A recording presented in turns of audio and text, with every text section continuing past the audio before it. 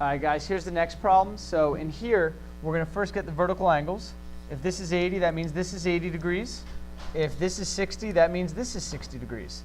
Now we have a triangle.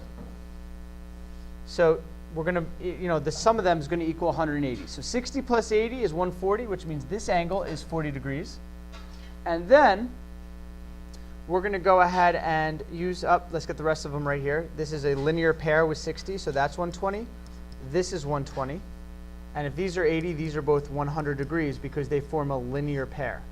Now, next we're going to use parallel lines. So we already know that this line, because I see this little symbol right here, is parallel to this line. So now I'm going to use one of my transversals. So first transversal we can use is this one. What you're going to notice is that this angle right here, if you look at the transversal, see the yellow parallel line, the red transversal forms this green angle, which is 60 degrees. That same angle is formed out right here. Well, those are exterior angles on opposite sides. Those are alternate exterior angles. So I can know for sure that that is 60 degrees. Now, once you get that to be 60 degrees, these three angles form one line.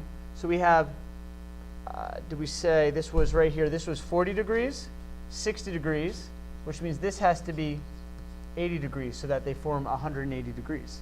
And then angle 1 over here, you can do this a couple different ways. It's vertical with this 60, so I do know it's 60. But another thing you can tell is that you're going to have a right here. This 60 and this 120 form same side interior angles. So therefore, you knew that they were going to be supplementary.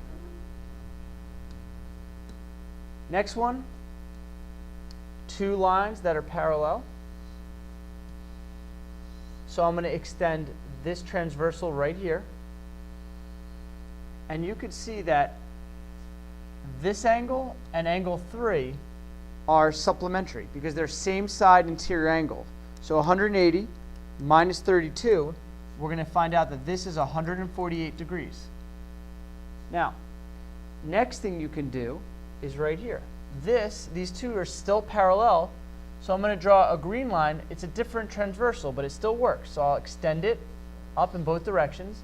And I don't know if you can see this, but angle 115 and this angle 1 are interior angles on the opposite side of the transversal. So those are alternate interior angles, which means that's 115.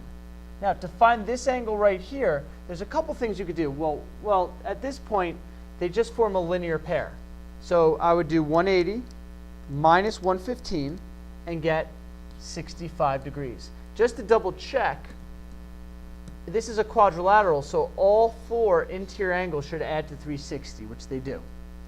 Angle 2 is a vertical angle with angle 1, so that's 115 degrees. And angle 4 is a vertical angle with 148 degrees.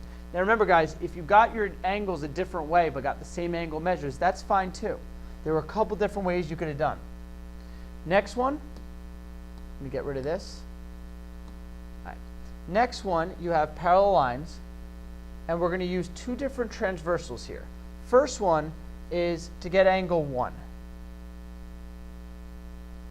I'm sorry, to get angle 2. If I extend these and I use this as a transversal, you see this angle formed right here by the parallel line, which was angle 2.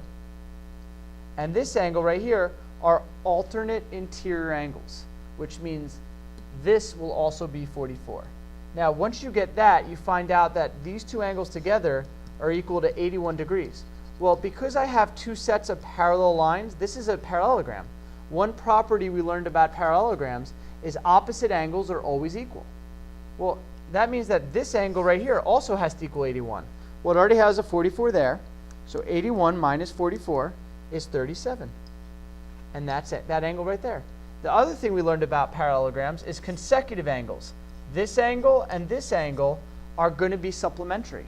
So one of them is 81, so I just do 180 minus 81 and get 99. Angle 3 is 99, and this is an opposite angle of the 99, so that's 99. Remember, that's only true of parallelograms.